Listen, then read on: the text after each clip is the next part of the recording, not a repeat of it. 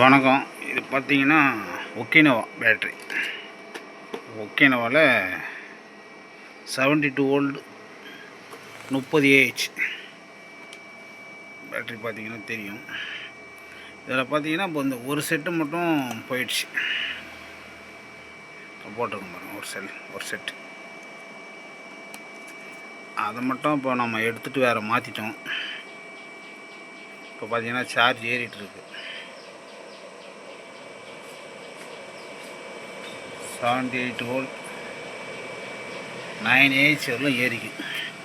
இப்போ பார்த்தீங்கன்னா இதில் எத்தனை ஏஹெச் இருக்குது என்ன ஏதுன்னு பார்க்கலாம். கஸ்டமர் சும்மா கொஞ்சம் தொலைவு போனால் போதுன்ற மாதிரி கேட்டிருக்காங்க. சும்மா ரஃப்பாக வீட்டில் யூஸ் பண்ணுற மாதிரி. ஏன்னா வண்டி வேஸ்ட் ஆகிடும். புதுசாக பேட்ரி செய்கிறதுக்கு அவங்களுக்கு ஐடியா இல்லாததுனால அவங்க கேட்ட மாதிரியே இப்போ நம்ம பண்ணி கொடுக்குறோம். பிஎம்எஸும் பழைய பிஎம்எஸ் தான், புதுசில்.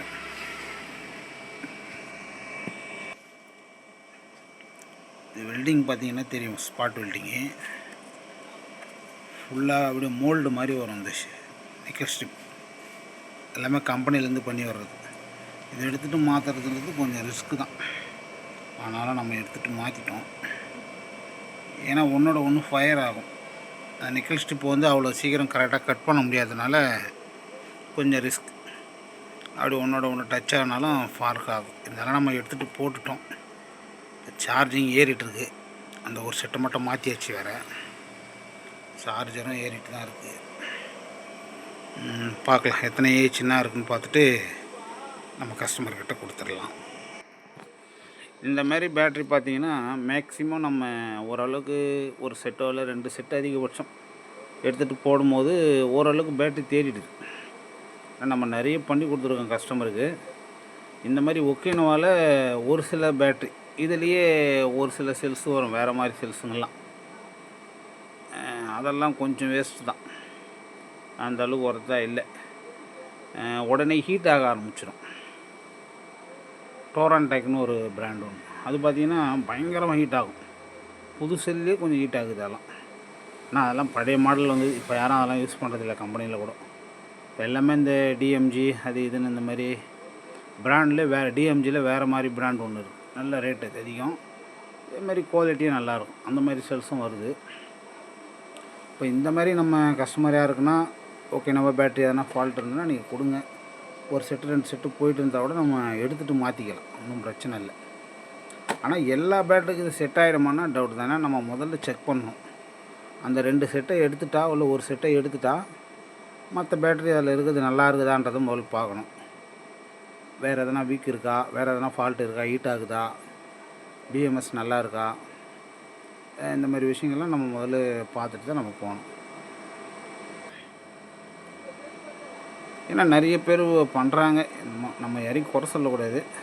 இப்போ என்னென்னா ஒரு பிஎம்எஸோட வேலை என்னான்றது வண்டி வாங்கின இடத்துலையும் சொல்லலை, விற்ற இடத்துலையும் சொல்லலை, கஸ்டமராக அதை பற்றி கேட்டுக்கல.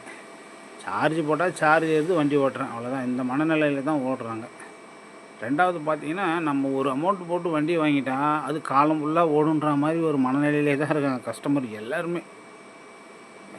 அதை விற்றவங்க யாருமே அதை பற்றி சொல்லலை. இந்த பேட்ரிக்கு ஒரு லைஃப் இருக்குது, இந்த பேட்ரிக்கும் தேய்மானம் இருக்குன்றத கம்பெனிலையும் சொல்லலை, வாங்கினவங்களும் கேட்கல. அவங்களோட மனநிலை முழுக்கவே நான் ஒரு 2 லட்ச ரூபா 1.5 லட்ச ரூபா கொடுத்து வண்டி வாங்கினேன், அப்போ நம்ம இந்த லைஃபுக்கு இது ஓடுன்ற மனநிலையே தான் இருக்காங்க. கட்டாயம் ஒரு பேட்ரினா ஒரு வருஷத்துக்கு ஒரு தரம் கட்டாயம் சர்வீஸ் பண்ணணுங்க. அது யாருக்குமே தெரியல. என்னப்பா பேட்ரிக்கு போய் சர்வீஸ், அதில் என்ன சர்வீஸு அப்படின்ற மாதிரி தான் நம்மளே கேட்குறாங்க. இப்போ இந்த மாதிரி ஒரு பேட்ரி ஒரு 1 இயரில் சர்வீஸ் பண்ணியிருந்தா இதெல்லாம் சூப்பராக இருந்துருக்கும். இந்த பேட்ரிலாம் 1 இயருக்கு குறைஞ்சது ஒரு வருஷத்துக்கு ஒரு தரம் அதில் தண்ணி எரிக்குதா, இல்லை வேறு எதனா ப்ராப்ளம் ஆகிக்குதா, இல்லை பாக்ஸ் எதனா ஓட்டையாக இருக்கா, செல்லு எதனா ஹீட் ஆகுதா, சார்ஜ் பண்ணும்போது ஹீட் ஆகுதா, டிஸ்சார்ஜிங்கில் ஹீட் ஆகுதா, பிஎம்எஸ் கரெக்டாக அதோட வேலையை செய்யுதா, இதெல்லாம் யாருமே பார்க்குறதில்ல. நான் சார்ஜ் போட்டால் வண்டி ஓடுதுன்ற ஒரு மனநிலையே தான் எல்லாமே ஓட்டுறாங்க, எல்லாமே கம்பெனிக்கார் உட்பட. அதனால் இதெல்லாம் சரி கிடையாது.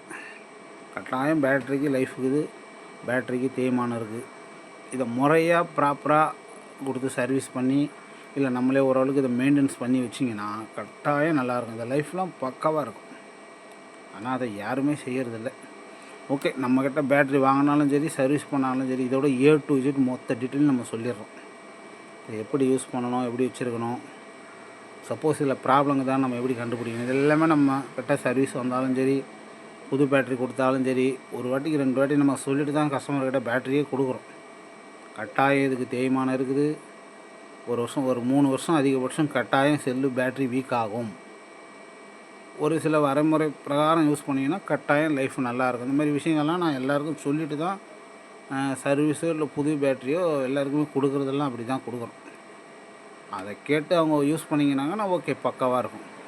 இதில் இன்னொரு விஷயம் என்னென்னா, கம்பெனிக்காரங்க 5 வருஷம் வாரண்டி தராங்க, 4 வருஷம் தராங்க, நீங்கள் என்னங்க 2 வருஷம் சொல்கிறீங்கன்ற மாதிரி கேட்குறாங்க. கம்பெனிக்காரன் ஒரு 1,50,000 ரூபா வாங்கின்னு வண்டி கொடுக்குறான். வண்டியோட ஒர்த்து பார்த்திங்கன்னா அதிகபட்சம் ஒரு 40 இல்லை 45,000 ரெஜிஸ்ட்ரேஷன் செலவோடு சேர்த்து. அப்போ மிச்சம் உள்ள பேட்ரிக்கு அவங்க ஒரு 1 லேக், கிட்டத்தட்ட ஒரு 80,000 கிட்ட சார்ஜ் பண்ணுறாங்க பேட்ரிக்கு தான்.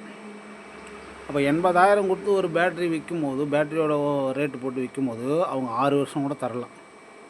ஆனால் அப்படி கம்பெனியில் வாரண்டி கொடுத்து இது வரலும் கிளியர் பண்ணி கொடுத்ததா எனக்கு தெரியல. கம்பெனி வாரண்டிக்கு போனால் இருக்கிறத மேனேஜ் பண்ணி கொடுக்குறாங்களேண்டி, புது பேட்ரி யாருக்கும் இது வரலும் மாற்றி கொடுத்ததே இல்லை. இருக்கிறத ஏதோ ஆல்ட்ரு பண்ணி கொடுத்துட்றாங்க, அவ்வளோதான். புது பேட்ரி எப்படி கொடுப்பாங்க? அதெல்லாம் வாய்ப்பு இல்லை.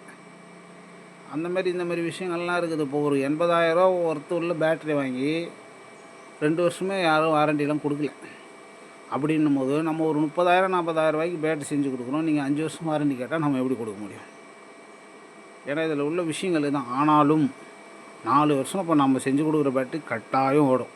நான் சொல்கிற விஷயங்களை ஃபாலோ பண்ணிங்கன்னா அது கண்டிப்பாக 4 வருஷம் நீங்கள் யூஸ் பண்ணலாம். இந்தமாரி விஷயங்களை எதுவுமே சொல்லலை. நம்ம சார்ஜ் போட்டால் எடுத்துக்கணும், சார்ஜ் ஏழையிட்ட போட்டுக்கணும். இவ்வளோ தான் நம்ம மக்களோட மனநிலையே அப்படி தான் இருக்குது. நின்று போச்சா சார்ஜ் போட்டால் ஓட போகுது, இது என்னப்பா இதில் என்னப்பா இருக்குது, அதில் என்னப்பா சர்வீஸ் வேண்டி கிடக்குது அப்படின்ற மாதிரி தான் நம்மளே கேட்குறாங்க. அதனால் இதெல்லாம் தெரிஞ்சுக்குங்க. இதெல்லாம் ஓரளவுக்கு பேட்டரியோட விஷயங்கள், இதுதான் பேட்டரின்னு ஓரளவுக்கு இதோட விஷயங்களை தெரிஞ்சுட்டு நம்ம யூஸ் பண்ணும்போது கட்டாயம் இதோட லைஃப் நல்லா இருக்குங்க. ஏன்னா நம்ம கிட்ட சர்வீஸ் கொடுத்தாலும் சரி, நம்ம புது பேட்ரி கொடுத்தாலும் சரி, இதெல்லாம் முதல்ல சொல்லிவிடுவோம். இதுக்கு ஓகேன்னா தான் நம்ம அடுத்த கட்டத்துக்கே போகிறோம். நம்ம இது வரலும் கொடுத்து ஃபால்ட்டு வரல, வந்தாலும் நம்ம மேனேஜ் பண்ணி கொடுக்குறதுக்கு கட்டாயம் ரெடியாக இருக்கும். ஏன்னா ஒரு விஷயம் நம்ம பண்ணுறோம்னா அது கட்டாயம் நம்ம தான் உத்தரவாதம் கொடுக்கணும்.